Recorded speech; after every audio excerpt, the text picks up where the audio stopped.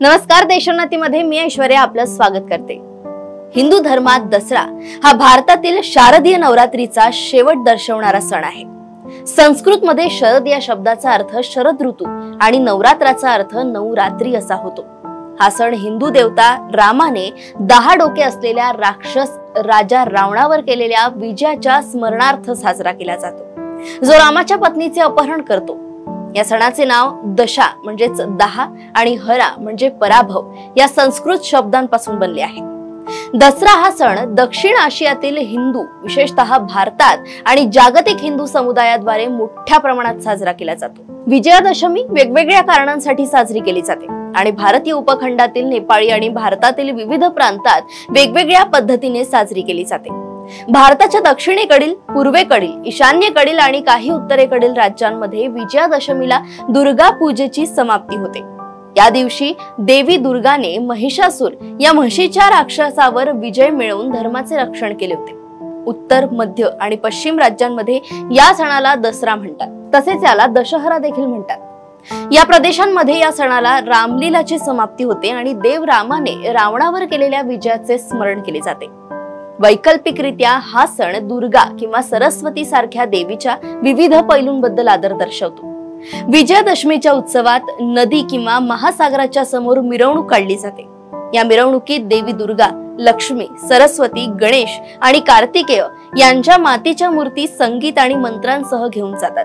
त्यानंतर या मूर्ती पाण्यात विसर्जित केल्या जातात। इतरत्र दसऱ्याच्या दिवशी वाईटाचे प्रतीक असलेल्या रावणाच्या भव्य पुतळ्यांना फटाक्यांसह जाळले जाते। हे रावण दहन वाईटाचा नाश असल्याचे प्रतीक मानले जाते। हिमाचल प्रदेशात कुल्लू खोऱ्यात कुल्लू दसरा उत्सव साजरा केला जातो। रावणाचे पुतळे जाळण्याऐवजी स्थानिक देवतांची मिरवणूक शहरात नेली जाते। रामाचे प्रादेशिक रूप असलेल्या भगवान रघुनाथ यांना प्रमुख देवता म्हणून सन्मानित केले जाते आणि आठवडाभर चालणाऱ्या या मेळ्यात डझनभर मंदिरातील देवतांचीही पूजा केली जाते। शेवटच्या दिवशी लंकेच्या जळण्याचे प्रतिनिधित्व करण्यासाठी कोरड्या झुडपांची शेपटी पेटवली जाते। ही रामायणातील एक घटना आहे, जिथे हनुमान आपल्या शेपटीने बेटावर आग लावतो। दक्षिण भारतात नवरात्र आणि दसरा हा नवरात्र किंवा बोंबई, गोलू आणि आयुध पूजा साजरा केला जातो। नवरात्र गोलू मध्ये बाहुल्या, मूर्ती आणि मूर्तींची सर्जनशील मांडणी केली जाते, जी पायऱ्यांच्या व्यासपीठांवर असतात, सहसा विषम संख्येने। या प्रदर्शनांमध्ये प्राचीन महाकाव्य, रामायणातील देवता आणि दृश्य दर्शवली जातात। नवरात्राच्या 9व्या दिवशी दक्षिण भारतातील अनेक राज्यांमध्ये आयुध पूजा साजरी केली जाते। उत्सवादरम्यान लक्ष्मी, सरस्वती आणि पार्वती या देवींची पूजा केली जाते। हा उत्सव साधने, वाद्ये आणि ज्ञानाच्या वस्तूंबद्दलच्या श्रद्धेवर केंद्रित आहे। विद्येची देवता मानल्या गेलेल्या सरस्वतीचे देवीचे पूजन या दसऱ्याच्या दिवशी विशेषत्वाने केले जाते। याच दिवशी अपराजिता देवीची पूजा करतात।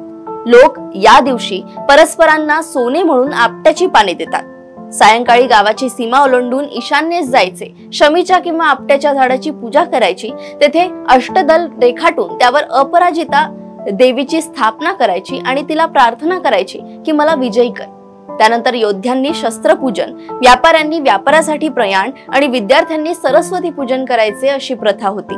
मुले पाटीवर सरस्वतीचे प्रतिकात्मक चित्र काढून त्या पाटीची पूजा करतात। पुस्तकांची आणि वयांची ही पूजा होते।